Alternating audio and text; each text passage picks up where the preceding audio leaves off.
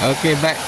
Assalamualaikum. Kita bertemu lagi. Hari ini kita buat inspection 4 ekar di Ulu Kalung, Ulu yang baru, Selangor. Tanah freehold Malay Reserve. Ya, seperti yang anda lihat di sini, di sana adalah Ulu Kalung Resort. Ulu Kalung Resort. Dan itu sempadan Ulu Kalung Resort. Dan inilah sungai yang mengalir dalam sempadan tanah yang dimaksudkan di sebelah sana. Nampak di sana tu, di sebelah sana.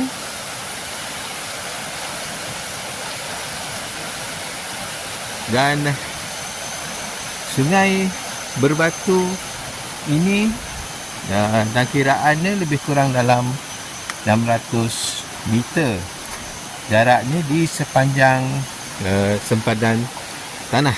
So hari ini kita akan buat inspection tanah tersebut.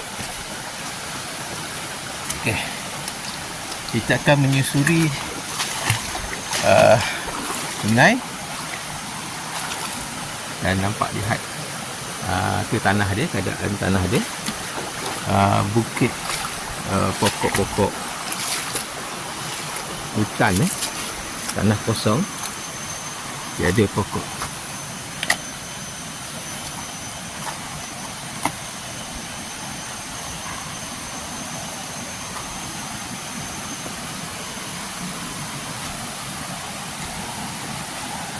Memang berjeram dan sangat cantik, sangat cantik tempat ni ya. Sangat cantik. Kita sudah menyusuri lebih kurang dalam 50 meter ke dalam tanah. Dan sungai ini adalah sempadan. Jom kita tengok.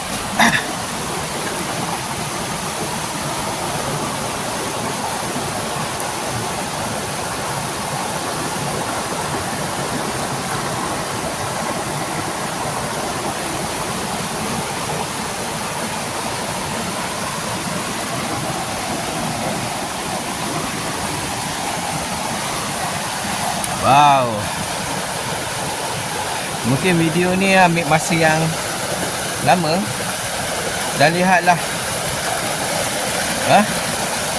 betapa aliran sungai berjeram ini di sepanjang sempadan tanah 200 meter panjangnya. Kita akan menyusuri 200 meter. Kita tengok sampai mana kita boleh menyusuri terlampau, sebab dia terlampau panjang. Nampak?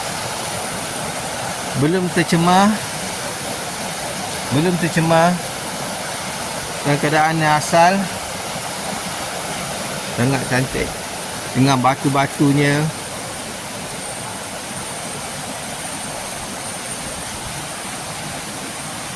Dengan suasana kicauan burung, alam semula jadi.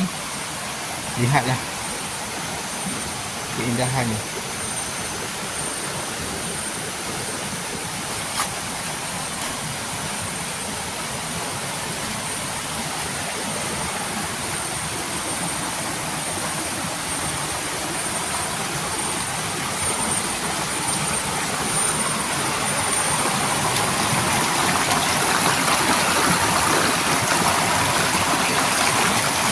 Kita rehat sebentar untuk dengarkan bunyi deruan air sungai yang melalui jeram berbatu ini.